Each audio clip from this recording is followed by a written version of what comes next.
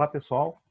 No nosso quadro Resenha Consciência, hoje temos uma grande oportunidade de conversar aqui com a professora Márcia Curi El Sheikh, do Instituto de Ciências Biomédicas da Universidade Federal do Rio de Janeiro.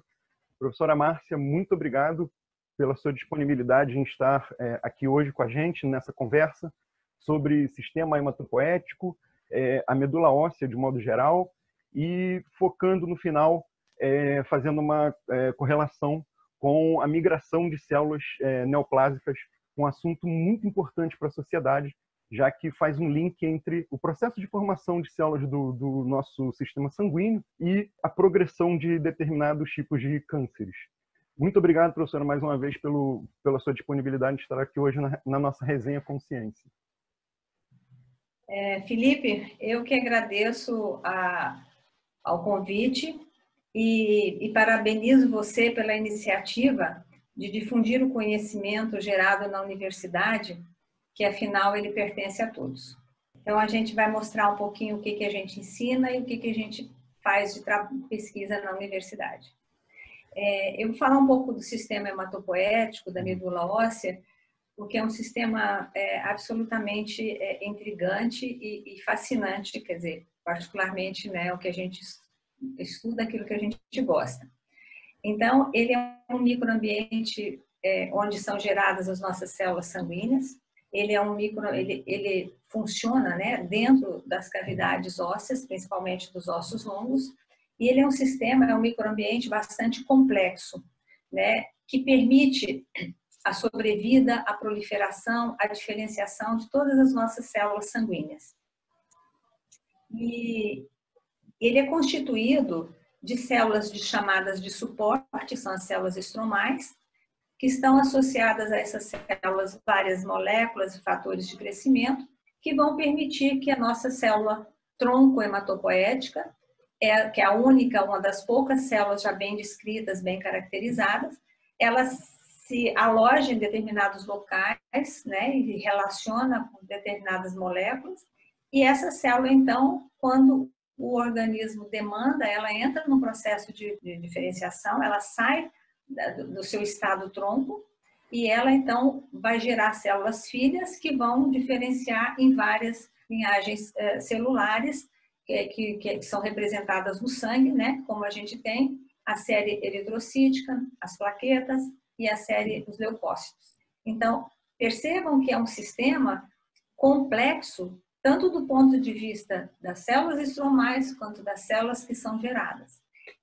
É um sistema absolutamente hierárquico, organizado, estruturalmente e funcionalmente, escalonado e organizado, como eu disse. Por que isso? Por que ele é hierárquico? Quando a gente tem uma demanda periférica, por exemplo, um sangramento, né, uma resposta alérgica, ele vai responder especificamente, por exemplo, com a produção de eosinófilos ou com a produção de mais eritrócitos para responder aquela demanda, aquela perda sanguínea, né? Então, ele nesse sentido, ele não vai responder tudo de uma vez, ele vai responder aquilo que o organismo precisa. Então, ele é especificamente hierarquizado, organizado e escalonado. Uma vez que essas células, então, entram no processo de diferenciação, elas vão gerar progenitores, vão expandir essa população. E cada uma dessas linhagens vão escolher o seu nicho específico, né? As suas células que vão determinar, olha, você vai diferenciar em eritroblastos, que vai dar as hemácias, com fatores específicos. Os leucócitos, a mesma coisa, os megacariócitos não saem da medula, né? Eles geram as plaquetas vão para fora. Então, esse cenário nos permite olhar para o sistema, fazendo uma análise no sangue periférico e perceber como é que ele está funcionalmente dentro desse contexto da medula. Então, na medula óssea, nós podemos encontrar, vamos chamar de dois grandes grupos de células. Aquele grupo de células que faz parte do pool, né, daquela população que vai gerar as células que circulam pelo sangue, que cada uma vai ter uma função, né? E um segundo tipo, que são células não hematopoéticas, mas que dão suporte. Pensando nessa composição essas células não hematopoéticas que regulam todo o processo de diferenciação até a maturação final?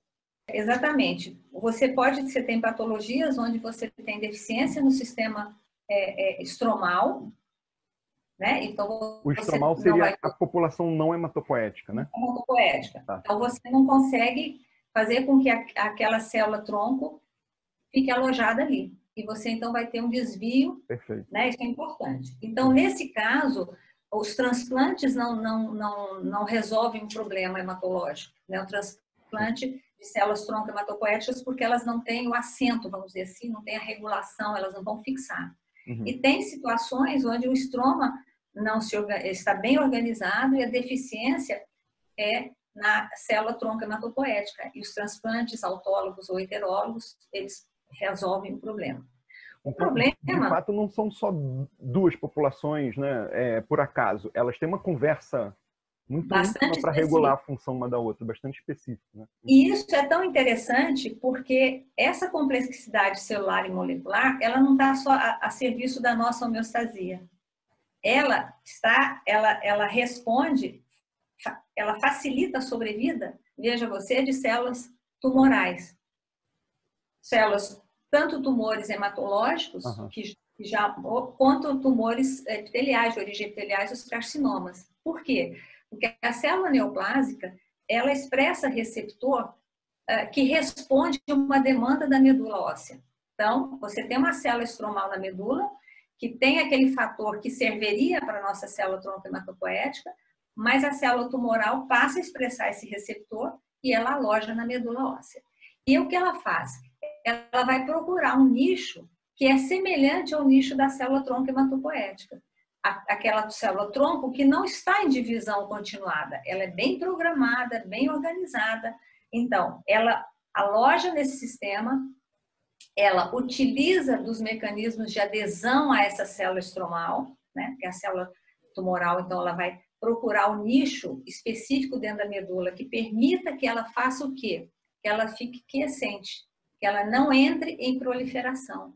Então, ela utiliza de moléculas de adesão, ela utiliza de fatores, e dentro desse contexto, Felipe, ela ainda aciona mecanismos antiapoptóticos para ela se tornar resistente aos quimioterápicos. Isso faz com que esse conceito é muito importante, porque faz a gente pensar na possibilidade, então, de algumas células tumorais, né, algumas células neoplásicas, ficarem, na minha impressão, elas ficam escondidas na medula óssea. Né? Elas se protegem ali. Isso leva a quiescência, né? Uhum. A quiescência dessas células, elas ficam guardadas e no momento, por exemplo, de uma quimioterapia, algumas dessas células escapam, migram para a medula e vão ser responsáveis pela chamada doença residual mínima. Então, a medula óssea passa a ser um santuário para essas células.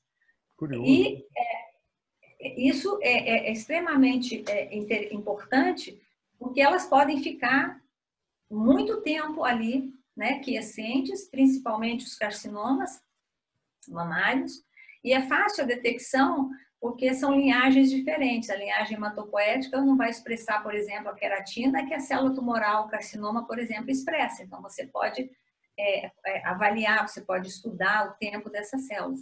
Então, elas se utilizam dos mecanismos, né, que o organismo tem, e elas, então, se assentam na medula óssea e se protegem. Em um determinado momento, elas podem sair desse estado de quiescência e elas podem, então, metastatizar. Né? Então, qual é a tentativa? Se você percebe que o sistema é complexo, você tem, portanto, células de suporte estromais, célula tumoral aderida. Então, a pergunta é, quais as moléculas de adesão que vão ser ativadas? Que fatores vão ser gerados ali que vão estimular uma sinalização antiapoptótica? Provavelmente são mecanismos parecidos com a conversa que a célula de suporte tem, exatamente, a chamada célula estromal, com as células hematopoéticas, né? Provavelmente são mecanismos muito parecidos. Isso ficar muito difícil de combater, né, de controlar. Isso lembra um pouco o que o professor Roger falou, Exatamente, né? Então, aí levanta uma questão, um dos grandes desafios, né, do estudo das neoplasias é saber quando essa célula sai do estado de quiescência e ela entra no estado proliferativo, que vai gerar agora as células filhas e que vão andar e vão ser, enfim, essa população heterogênea. Então, a pergunta como é que, num tratamento quimioterápico, como é que você pode tirar essa célula da quiescência para você ter uma resposta melhor, né? Seria uma possibilidade.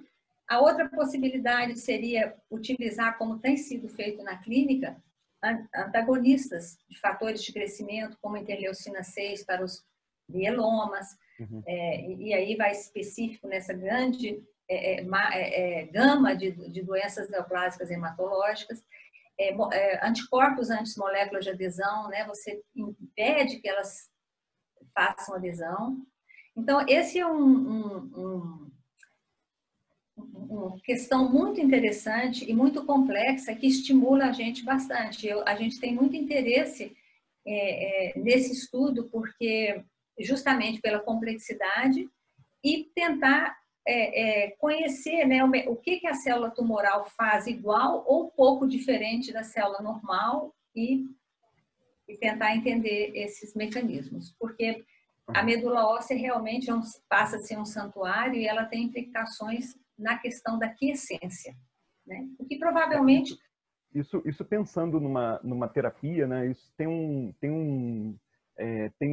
valor científico muito grande, porque supostamente a gente tem num ambiente repleto de células fundamentais, né, para várias funções. Nesse mesmo local a gente tem a presença de células neoplásicas, né, de células derivadas de um determinado tumor, mas que não respondem a um quimioterápico, porque elas não proliferam muito, pelo que eu entendi. Eu imagino, né, que você e seu grupo têm um desafio imenso nas mãos de tentar dissociar essas células, né, tirar essas células do contexto para que os medicamentos, né, para que todo o processo terapêutico tenha um alvo muito específico, porque esses danos parecem que são muito comuns, tanto para a célula tumoral quanto para o sistema hematopoético, né? É um desafio tanto que vocês têm aí pela frente, sem dúvida. Então, a gente tem um modelo experimental, né, que a gente está desenvolvendo no laboratório, e a gente tem duas vertentes, onde nós temos uma medula que ela permite a quiescência e um estado medular que permite a proliferação. Então, esses estudos estão avançando, nós estamos conseguindo bolsas de PIBIC, temos colaborações que vão nos permitir, pós-pandemia, esperamos, né, continuar mais esses estudos, mas é importante e eu estou bastante otimista porque o laboratório tem uma grande história, um grande conhecimento no sistema hematopoético, então isso facilita, vamos dizer, esse casamento, né, e essa busca dessa interação. Muito bom. Sobre esse histórico do laboratório e os trabalhos mais recentes, a gente vai disponibilizar aqui embaixo na sua descrição alguns links dos trabalhos mais recentes associados a esse tema, que sem dúvida nenhuma tem uma importância tremenda para a sociedade, já que é uma possibilidade de se entender sobre essa doença residual mínima, né? Sobre a possibilidade de um tumor reaparecer, né? Depois de um tratamento. Professora Márcia, muito obrigado pela nossa conversa. Infelizmente, o nosso tempo é muito curto. É um tema muito importante, mas a gente tem um espaço aqui muito curtinho. Mas eu já faço um convite para que você volte aqui para a gente conversar sobre outros temas ou aprofundar um pouco mais sobre seus trabalhos, né, científicos, que têm uma relevância muito importante para a sociedade, sem dúvida nenhuma. Mais uma vez, muito obrigado pela sua contribuição, pela sua participação no nosso Resenha Consciência. Eu que agradeço profundamente. Muito obrigada.